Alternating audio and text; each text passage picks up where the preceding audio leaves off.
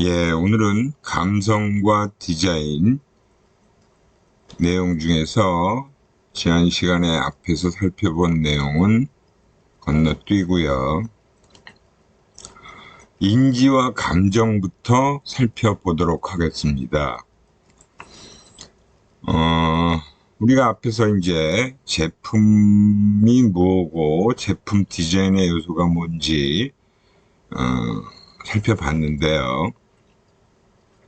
이 디자인의 요소들, 본능적, 행동적, 반성적 요소라는 게 감정과 인지에 다 영향을 미치는 부분이다라고 볼 수 있어요. 그래서 이 인지와 감정이라는 것은 우리가 살아가는 데 있어서도 그렇고 뭐 여러 가지 다양한 대인관계 상황이나 일상 생활 속에서도 우리 인간에게 아주 많은 영향을 미치고 있죠. 우리 심리학에서도 이 인지와 감정은 아주 기초 심리학 분야로서 매우 중요한 영역이다라고 볼 수 있습니다. 보통 우리가 이제 인지와 감정은 정반대 위치에 있는 것으로 생각하는 경향이 많아요. 인지적인 부분과 감정적인 부분은 완전히 반대의 개념으로 생각하는 경우가 있는데 그게 그렇지 않다라는 거죠.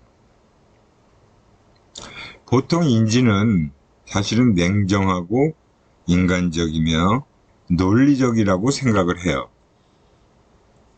반면에 감정은 열정적이고 동물적이며 비이성적이다라고 얘기도 합니다. 그래서 인지는 이성적이고 논리적인 추론을 자랑스러워하는 오래된 지적인 전통에서 비롯된 것이다 라고 얘기들을 하고요. 감정은 문화적이고 원숙한 사회에서는 어울리지 않는다고 여겨온 거예요. 그래서 우리가 좀 인지적인 부분은 굉장히 좀 논리적이면서 사고력이 뛰어난 그런 경우로 얘기를 하고, 감정적인 부분은 조금 안 좋게 생각하는 경우도 있었죠. 하지만 감정이라는 것은 인간의 어떤 동물적 기원의 잔재로 인간은 그것을 극복하는 방법을 배워야 한다고 주장을 했고요. 이것이 감정에 대해서 일반적으로 사람들이 생각하는 방식이다. 그래서 감정이라는 것은 우리가 뭐 시시각각, 그죠? 느끼는 것이고, 인지는 어떤 생각을 할 때, 우리가 머릿속에서 굉장히 사고를 할 때 작동되는 것이다 라고 볼 수 있죠. 근데 이렇게 생각하는 것 자체가 완전히 난센스다라고 얘기를 할 수 있습니다. 감정이라는 게 인지에서 분리될 수 없는 인지의 필수적인 부분이다라고 하는 거예요. 감정이라는 것은 우리가 행하고 생각하는 모든 것에 영향을 미치죠. 그리고 많은 부분은 의식적인 게 아니라 무의식적으로 작동되는 거예요.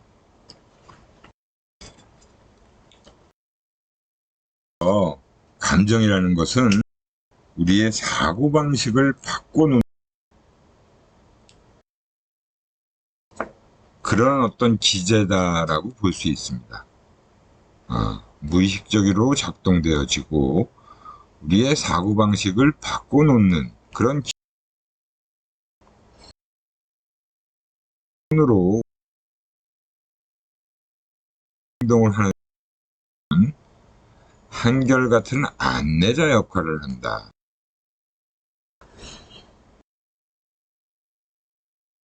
또는 마찬가지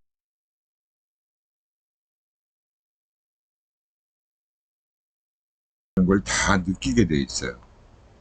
사랑, 애착, 행복감 같은 긍정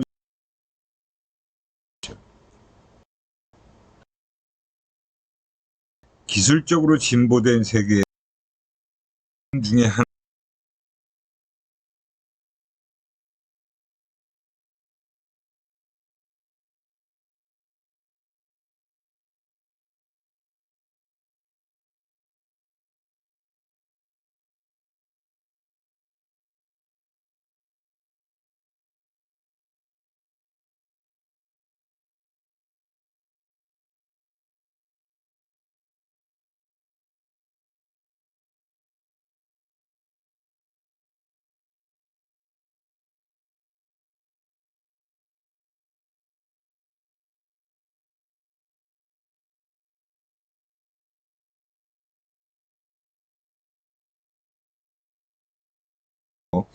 감정을 쏟아야 된다죠.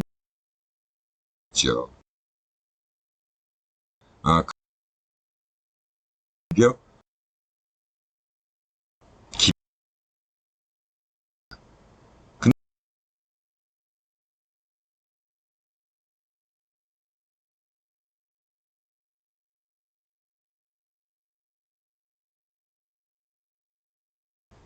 그래서 인지에서 감정으로라는 얘기는 뭐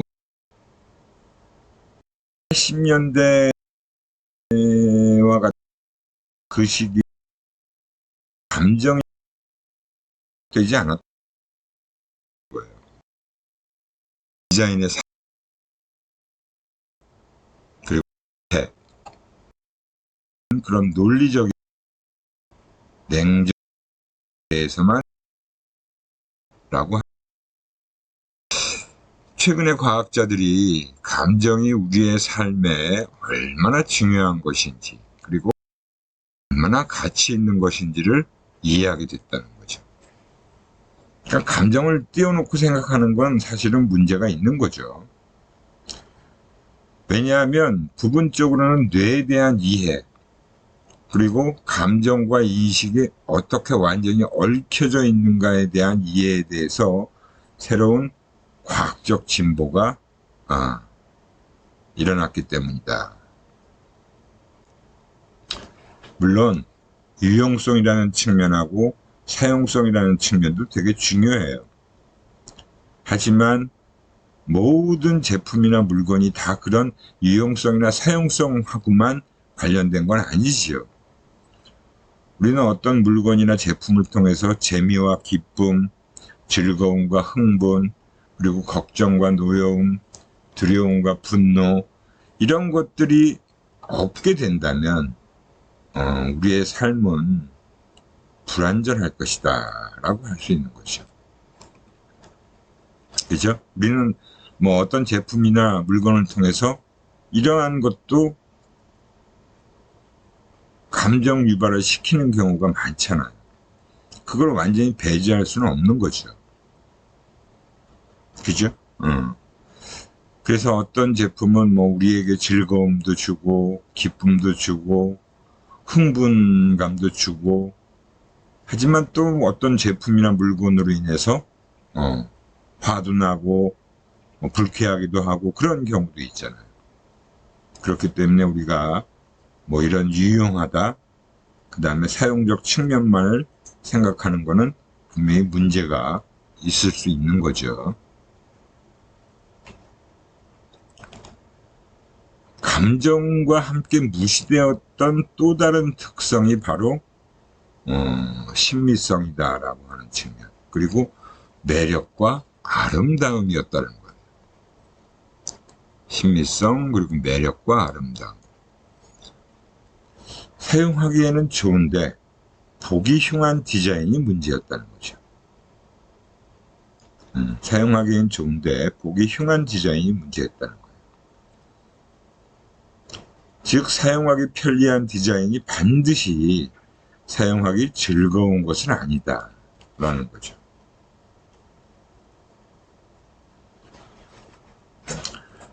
이 측면이 우리가 또 단순하게 생각해 보면 그냥 보기에만 즐겁고 기분 좋은 거하고 사용하는데 편리한 것과 사용하는데 즐거운 것은 또 다른 개념이라고 볼 수 있죠. 그래서 이러한 속성들이 꼭 대립관계에 있어야만 하는가라는 그런 의문을 가지고 생각해 보면 꼭 대립관계에 있을 필요는 없겠죠. 그래서 아름다움과 두뇌, 즐거움과 사용성이 공존할 수는 없는 것일까? 라고 또 질문을 던지는 거예요. 우리가 흔히 얘기하는 이 사용성 디자인, 유저빌리티 디자인 분야는 우리 심리학의 인지과학에 그 뿌리를 두고 있습니다. 사용성 디자인은. 인지과학에. 인지과학이라는 것은 여러 다양한 분야가 융복합되어 있는 학문 분야예요. 인지심리학, 컴퓨터과학, 그 다음에 컴퓨터공학, 그런 것과 같이 과학적 정밀함과 논리적 사고에 자부심을 느끼는 분석적인 분야들이 조합된 학문 분야다라고 볼 수 있습니다. 인지과학이 그래서 굉장히 다양한 영역의 학문들을 다 포괄적으로 포함하고 있고 다 연관성이 높은 분야다라고 볼 수 있는 거죠.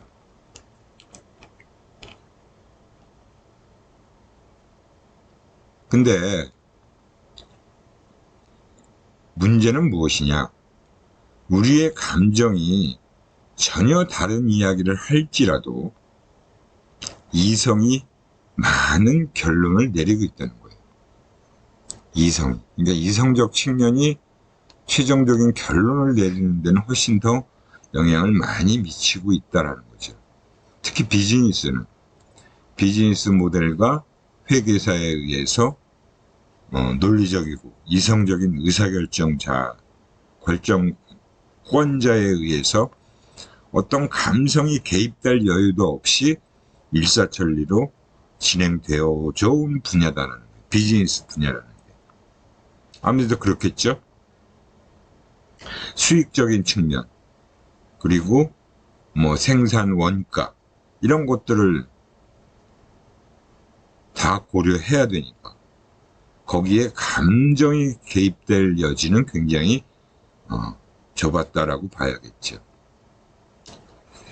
인지과학자들도 이 감정이라는 것이 삶의 아주 중요한 부분이라는 것, 그리고 우리가 어떻게 느끼고 어떻게 생각하고 행동하는가에 영향을 미친다는 사실을 사실은 다 이해하고 있는 거예요.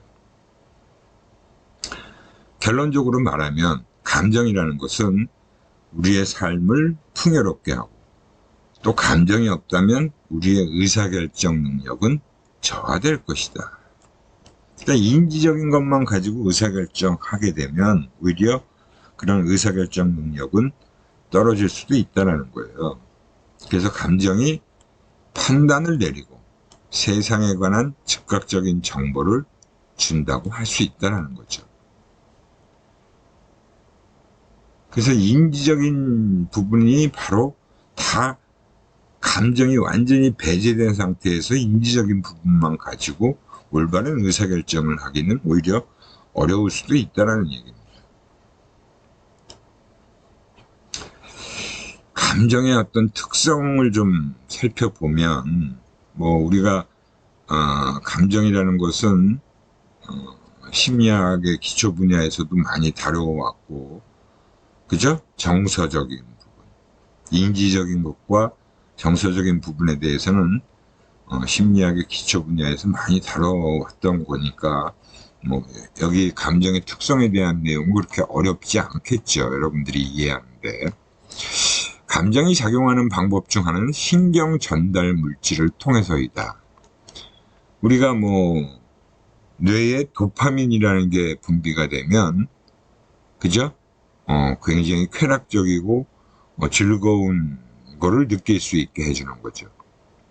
그래서 그런 어떤 약물, 그죠? 우리가 약물 중독에 노출되는 경우가 바로 그런 것에 맛을 보게 되면, 쾌락을 느끼게 되면 끊기가 어려워진다는 거죠. 신경절단을 물질은 뇌 중심에 어느 특정 부분을 뒤엎고 있고 인식과 의사결정 그리고 행동을 고치는 역할을 한다. 이것은 바로 사고작용의 특성이다라고 할 수 있고요. 뭐 우리가 한 가지 놀라운 사실이라고 할 수 있는 건 심미적으로 즐거움을 주는 것이 실제로 더 작업을 잘할 수 있게 해준다는 거예요. 아무래도 그렇겠죠? 어떤 제품을 사용하면서 기분이 좋게 사용하게 되면 작업이 아주 원활하게 진행될 거 아니에요. 근데 기분이 나쁜 상태가 되면 별로 그렇게 작업이 원활하게 진행되지 않을 수도 있어요. 그러니까 우리가 좋다고 느끼는 제품이 사용성 측면에서도 오히려 만족을 줄 수 있다는 겁니다.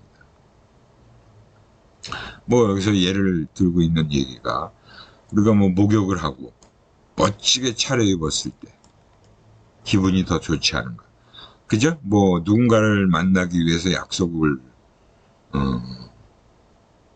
한 상태에서 그 약속 장소에 나가기 위해서 샤워를 하고 옷을 아주 멋지게 차려입고 거울을 보면서 굉장히 즐거운 기분이 들잖아요. 그게 누가 됐든 간에. 특히 뭐 연인을 만나러 간다 그랬을 땐 더더욱 그럴 것이고 뭐 친구들을 만나러 갈 때도 그렇고. 그죠? 그 다음에 또 차가 있는 사람 같은 경우는 세차를 하고 차를 반짝반짝 광을 냈을 때 운전하기도 더 수월하지 않는가 하는 거예요. 사실 그래요. 저도 차가 이렇게 막 그 비가 오고 먼지가 막 묻어있고 얼룩이 져 있으면 굉장히 찝찝한 거예요. 저도 그래서 세차를 굉장히 자주 하는 편인데 아무튼 차가 막 지저분하면 내가 그 안에 타고 있다는 것 자체가 별로 기분이 좋지 않은 거예요. 그러니까 세차를 하게 깨끗하게 하고 뭐 반짝반짝까지는 아니더라도 그냥 깔끔한 상태가 되어 있으면 기분이 좋은 거죠.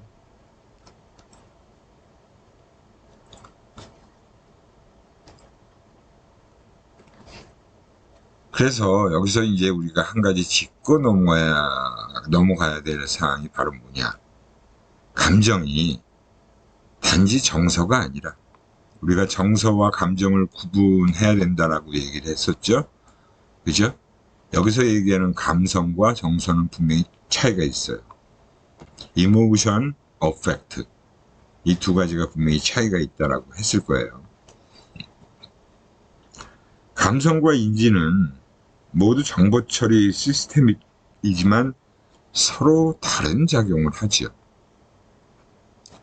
감정적 시스템은 판단을 내리고 그 상황에서 무엇이 위험하고 안전한지, 좋고 나쁜지를 빨리 결정하는 데 도움을 주는 거예요. 근데 이제 인지적 시스템이라는 것은 세계를 해석하고 이해하고자 하는 겁니다. 아무래도 좀 더 시간이 걸리겠지요. 그러니까 감정적 시스템이 오히려 빠른 판단이 필요한 경우에는 훨씬 더 작동이 먼저 일어나게 되고, 아무튼 위험하고 안전한지 좋고 나쁜지 이런 결정을 하는 데는 감정적 시스템이 훨씬 더 빠른 판단을 내릴 수 있다는 겁니다. 감정이라는 것은, 감성이라는 것은 무의식이든 의식이든 판단 시스템을 일컫는 일반적인 용어이다. 그래서 정서라는 것은 감성의 의식적 경험이고 그 원인의 귀착과 대상의 확인으로 완성이 된다. 그러니까 우리가 이 정서라는 건 분명히 어떤 특정 대상에 대해서 발생하는 거고 감성적인 측면은 그냥 유발되는 거라고 했었죠. 그죠? 분명히 차이가 있어요. 근데 이 정서라는 게 바로 감성의 의식적 경험이 되는 거고, 그 원인의 귀착, 당연히 어떤 대상에 대한 부분을 보고 우리는 감성이 긍정적으로 유발되기도 하고 부정적으로 유발되기도 하잖아요. 그 원인이 뭔지 어느 정도 파악이 되죠. 그리고 그 대상이라는 것도 확인이 되는 경우가 바로 정서로서 유발되는 결과를 알 수 있는 경우다라고 볼 수 있습니다.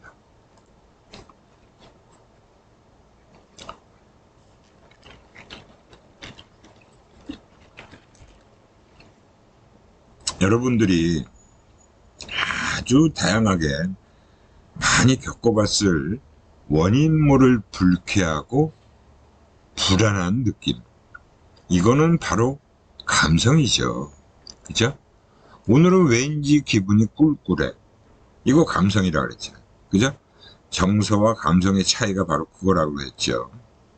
어떤 특정 대상에 의해서 유발되는 거는 정서라고 그랬고, 그런 대상 없이, 그죠? 어떤 원인도 없이 그냥 무심코 유발되는 것들, 원인 모를 불쾌하고 불안한 느낌이 바로 감성이다. 뭐 내가 중고차를 샀는데 너무 비싼 값에 팔아넘긴 중고차 세일즈맨에게 분노하는 것은 정서죠. 분명히 그 불쾌한 분노에 대한 원인이 존재하잖아요. 그죠? 중고차를 비싸게 팔아넘긴 무엇인지 모를 이유 때문에 화를 내는 것이다. 이유가 분명히 존재하는 거죠. 인지와 감성이 서로에게 영향을 미치는 것은 분명히 우리가 명심을 해야 되는 상황입니다. 오히려 감성이라는 것이 인지에 아주 자주 빈번하게 영향을 미치는 반면, 어떤 정서 및 감성은 인지에 의해서도 유발될 수 있는 거예요. 그러니까 서로 상호작용이 계속 일어나고 있는 겁니다. 그죠? 내 감성적인 측면으로 인해서 내가 인지적인 사고를 하는데 분명히 영향을 미쳐요. 그리고 어떤 정서나 감성은 또 인지적인 부분에 의해서 유발되기도 해요. 그러니까 서로 영향을 미치고 있다는 것은 충분히 알 수 있는 거죠. 그죠?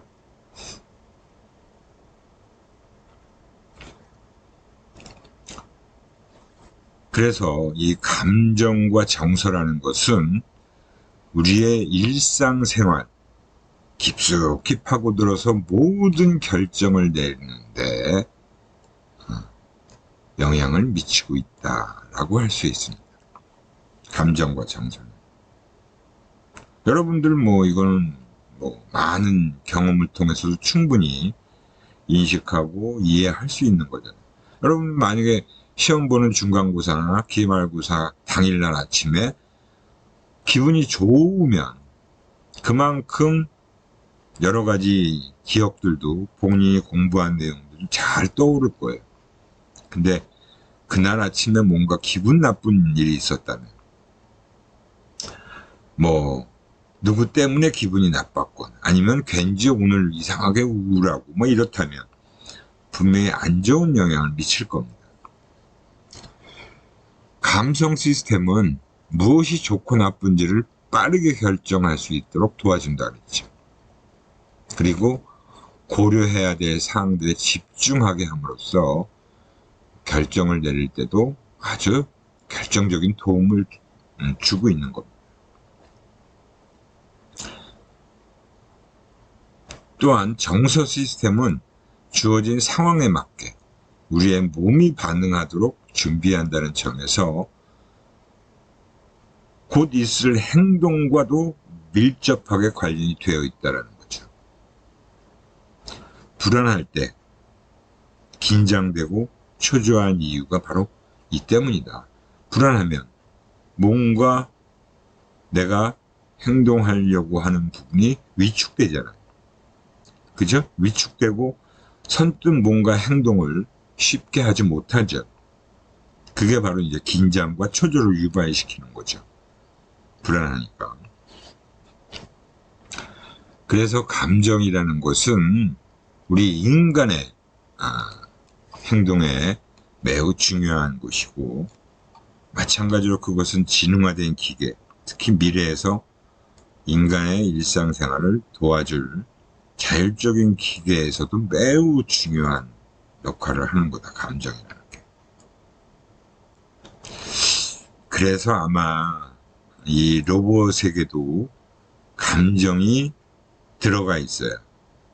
감정이 학습되어 있어야 인간하고의 상호작용이 훨씬 더 자연스러워지겠죠. 그래서 로봇에게 감정을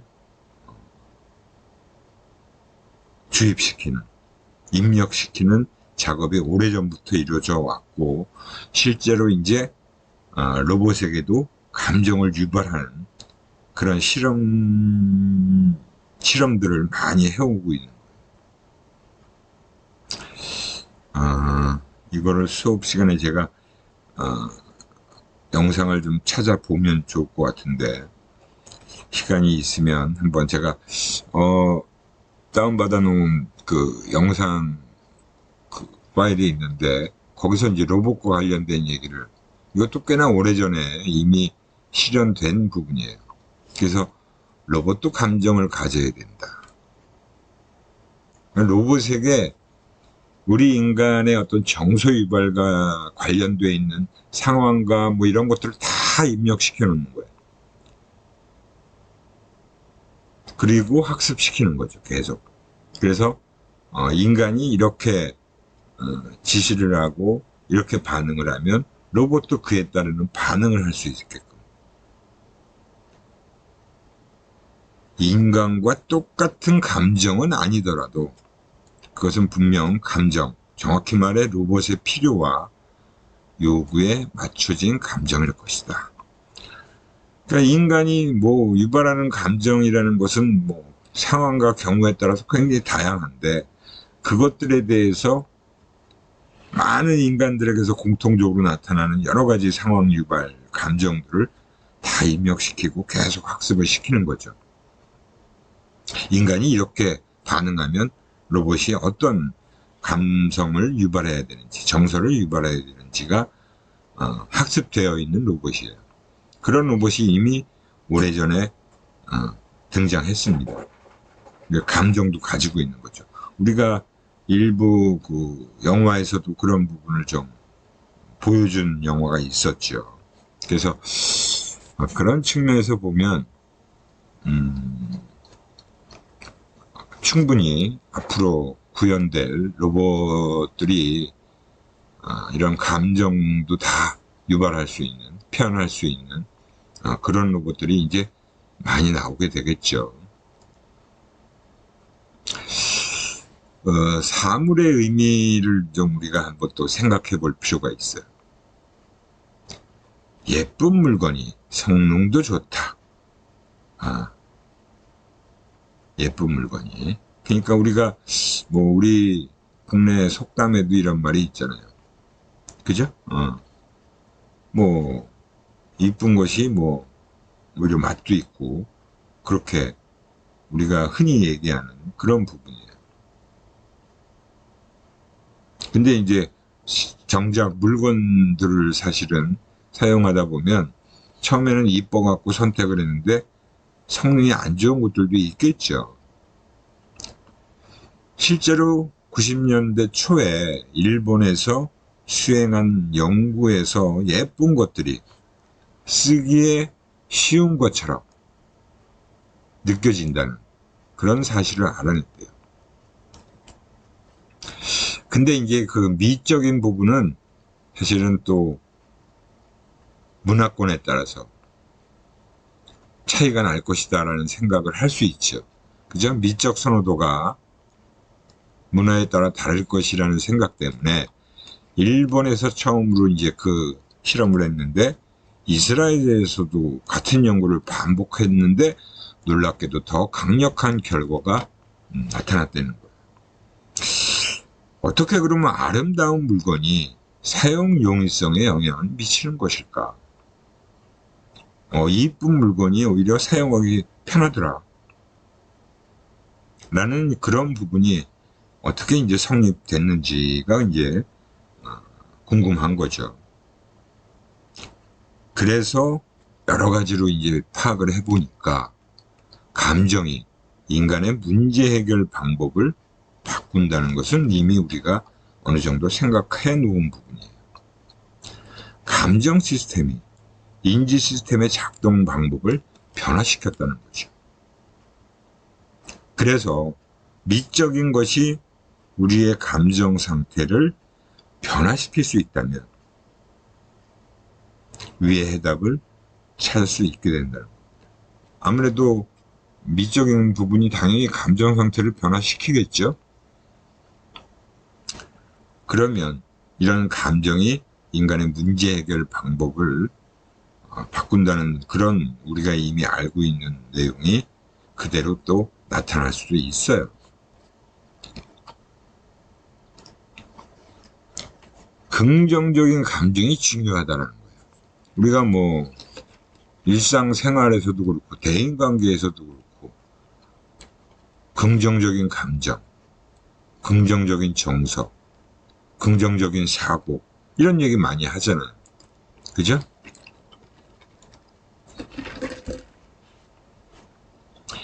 긍정적인 감정이 중요하다는 건 우리가 너무나 잘 알고 있는 사실입니다. 감정이나 정서와 관련된 많은 연구들은 스트레스나 공포, 불안, 분노 등과 같은 부적 감정, 부정적인 감정에 사실 초점을 맞춰서 진행되어 온 것이 많아요. 감정이 의사결정을 하는데 분명히 도움을 준다 그랬고, 또 긍정적인 감정이 부정적인 감정만큼이나 중요하다는 것도 우리는 다 이미 알고 있습니다. 긍정적인 감정은 학습에, 그리고 호기심에, 그리고 창의적 사고에 중요한 요소이기 때문입니다. 뭐 학습에도 영향을 미치고요. 호기심에도 영향을 미치고 창의적 사고에도 중요하게 영향을 미치고 있다는 거예요. 그건 뭐 우리가 잘 알고 있는 사실입니다. 사실. 특히 창의적 사고 할 때 뭐 당연히 내가 기분이 나쁜 상태는 그런 창의적 사고가 활발하게 나타나지 않겠죠. 호기심도 안 생길 거고요. 학습도 제대로 잘 안 될 겁니다. 그래서 이런 긍정적인 감정이라는 게 굉장히 중요한데 실제로 이제 그 연구가 진행된 사례를 보면 아이젠과 그의 동료들은 사람들이 행복한 상태로 있을 때 사고의 폭이 넓어지고 창조적인 사고가 촉진된다는 것을 입증한 연구 사례가 있어요. 그러니까 창의적 사고를 이용하는 어려운 문제를 풀게 했을 때 그래도 작은 선물이라도 받은 사람들이 받지 않은 사람들보다 훨씬 더 잘 풀더라는 거죠. 기분 좋게 해주면 그만큼 창의적 사고를 더 활성화시킬 수 있다는 얘기죠. 우리가 브레인스토밍이라는 얘기는 많이 들어봤죠, 여러분들? 아이디어 회의라고 하는 브레인스토밍이라는 것은 사실은 비판이 절대 들어가면 안 돼요. 기분이 좋을 때 브레인스토밍을 더 잘하고 더 다양한 대안들을 훨씬 많이 생각해낼 수 있다는 것입니다. 그러니까 브레인스토밍에서 제일 중요한 철칙이 뭐예요? 절대 누가 얘기한 것이 아무리 황당하고 뭐 기가 막힌 얘기라 할지라도 그것에 대해서 좋다 나쁘다라는 평가를 하면 절대 안 된다는 거죠. 그게 말이 돼? 에이, 말도 안 돼. 라는 식의 그런 비난을 해서도 안 되고 평가를 해서도 안 됩니다. 그냥 그 브레인스토밍에 참여한 사람들이 자기가 얘기하는, 각자가 얘기하는 것들은 그냥 듣고 있어야 돼요. 뭐 이상하고 말도 안 되는 얘기를 누가 해요. 그런데도 그 부분에 대해서 그대로 그냥 인정하고 그거에 대해서 자기가 좋다 나쁘다는 판단을 해서는 안 됩니다. 그게 브레인스토밍이에요. 그러니까 기분이 좋을 때 브레인스토밍이 훨씬 더 잘 되겠죠.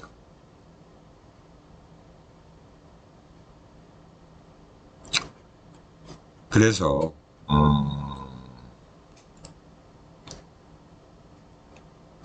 사람들이 이 어떤 문제를 해결할 때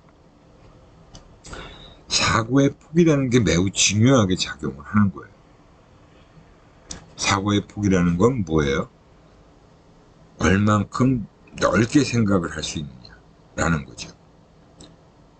이게 아주 중요한 사실은 부분입니다. 어떤 문제를 보고 그 문제를 해결할 때 너무 그 문제와 직접적으로 관련된 부분에만 집중을 하면서 사고의 폭을 좁히게 되면, 근데 대부분 다 이렇게 우리는 하고 있어요. 어떤 걱정으로 인해 불안해할 때 그 문제에만 너무 집중을 하면 다른 생각을 못 하게 되는 거죠. 그죠? 그게 항상 문제예요. 그러니까 우리가 요 얘기하고 또 관련되는 부분인데, 내가 어저께 그 김창욱 쇼를 또 TV에서 봤어요. 거기서도 이거하고 비슷한 얘기를 하더라고요. 서로 인간관계 상황에서의 얘기인데, 그때 내가 못 봤던 부분을 지금 보이는 것들을 그때 내가 볼 수 있었다면 훨씬 더 좋았을 거다라는 얘기를 합니다. 이건 무슨 얘기냐면, 그 사람과 사람 사이에서 막 부대끼고 뭐 서로 막 일을 하고 막 이럴 때 그때 그 상황에서는 서로가 서로에게 그냥 그 문제와 관련된 것과 관련된 생각만 하게 돼 있어요. 근데 나중에 이제 돌아서 생각을 해보면, 야, 그때 내가 좀 한 발 물러나서 그 문제를 좀 더 유연하게 생각했다면 서로 부딪힐 일도 없고 서로 싸울 일도 없고 서로 갈등을 겪는 일도 없었을 텐데 라고 하면서 이제 그 김창욱 강사가 그런 얘기를 하는 거죠. 내가 지금 생각하는 것처럼 그때도 조금 더 물러나서 생각할 수 있었다면, 그때 못 본 것들을 볼 수 있었다면 힘들지 않았을 텐데 라는 거예요. 그러니까 문제도 마찬가지인 거예요. 어떤 그 문제에 대해서 그 문제에만 너무 집중을 하게 되면 사고의 폭이 좁아져요. 그 문제를 둘러싸고 있는 부분을 조금 더 확장해서 넓게 생각하면 오히려 좋은 해결 방법이 나올 수도 있는데 그렇지 못하다는 거죠. 이는 위험한 상황에서 벗어나는 데는 좋은 전략이지만 문제 해결에서 새로운 창의적 접근 방법을 생각해내는 데는 좋은 전략이라고 할 수 없다. 그러니까 집중을 해서 그 문제만 드립하면 사실은 뭐 그 상황에서는 벗어날 수 있어요. 근데 오히려 문제 해결을 하는 차원에서 보면 또 새로운 창의적 접근 방법을 생각해내는 데는 전혀 그게 좋은 방법이라고 할 수 없는 거죠. 그 아이젠의 그 실험 결과를 통해서 사람들은 편안하고 행복한 상태가 되면 사고의 진행이 넓어지고 창의적으로 되며 상상력이 풍부해진다는 것을 알 수 있다. 여기서 이제 제품의 미학적 역할이 등장하게 됩니다. 예쁜 물건을 사람들이 어떤 기분을 좀 좋게 하는, 예쁜 물건이 사람들의 기분을 좋게 하고 그 결과 더욱 창의적인 생각을 할 수 있게 해준다. 그래서 우리가 뭐 레고 지난번에도 한번 내가 얘기를 했었죠. 그죠? 어렸을 때 제가 제 아들 녀석한테 이제 레고 장난감을 사준 게 그냥 자기 거기서 이제 막 만들어서 자기가 막 그걸 머리를 써서 완성을 시키는 그 과정이 재밌기도 하지만 나중에 만들어 놨을 때 굉장히 이제 이쁘단 말이에요. 그죠? 기분이 좋아지잖아요. 그래서 자꾸 또 다른 걸 만들고 싶어 하고 또 맞추고 싶고 그런 생각이 들잖아요. 그래서 창의력을 조금 좋게 만드는데 도움이 되는 장난감이 레고잖아요. 그죠? 제품이 사용하기 쉬워지는 이유는 뭘까? 간단하다 이거죠. 제품이 사용하기 쉬워지는 이유는 재미있고 즐거우면 되는 거예요. 그죠? 사람들이 직면한 문제의 해결책을 찾기 쉽도록 하기 때문이다. 그럼 이제 그 문제의 해결책이 찾기 쉽게 되면 별로 거기서 내가 화를 낼 일도 없고 기분 나쁠 일도 없고 일단 기분이 좋죠. 뭐. 문제 해결책을 쉽게 찾을 수 있으니까.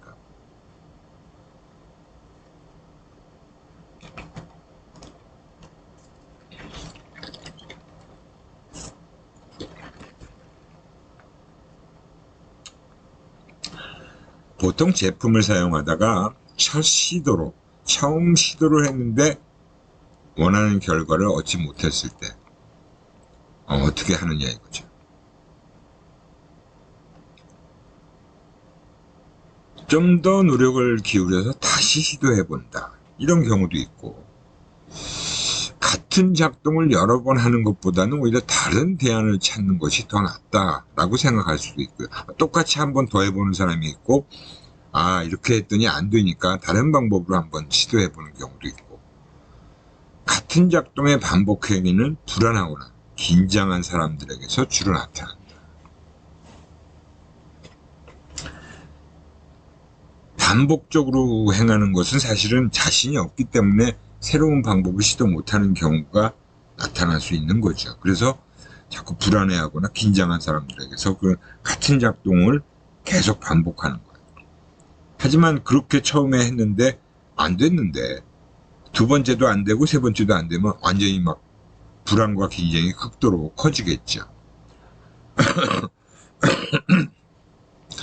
부정적인 감정 상태가 유발되면 문제의 세부적인 것에 초점을 맞추게 한다는 거예요.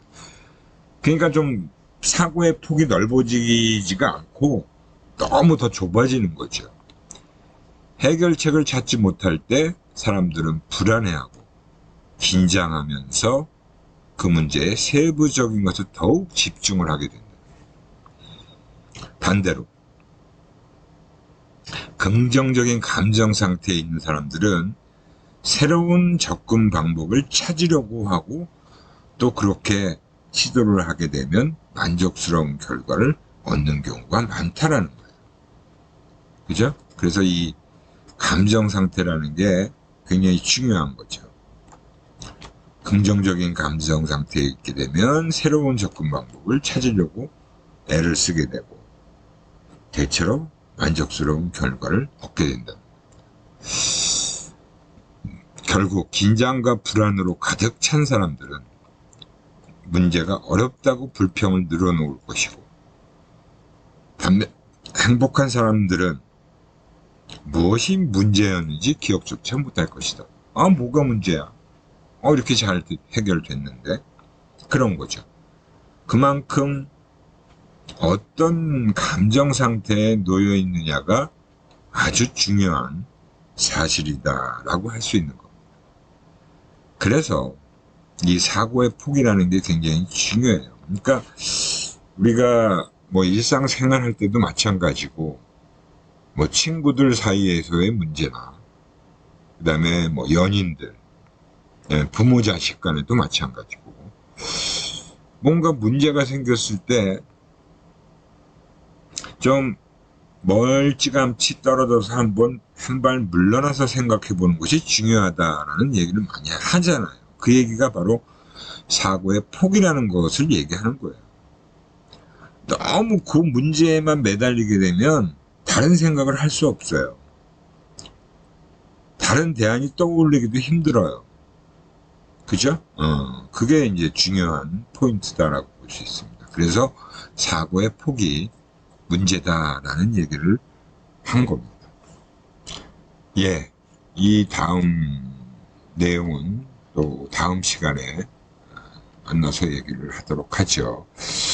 5월 달에 계속 제가 또 출장이 이번에는 또 화요일 날 2번 정도 잡혀 있고요. 예, 오늘 보강하고 그 다음에 이제 화요일 보강 2번 정도 더 하고 목요일은 또 출장이 안 잡혀 있는데, 예, 아무튼 뭐 보강 수업은 제가 온라인 강의로 하는 내용을 계속 여러분들한테 올려드릴 테니까 조금 편하게 보시면 될 것 같습니다. 예, 오늘 여기까지 하도록 하겠습니다. 예, 다음 시간에 뵐게요.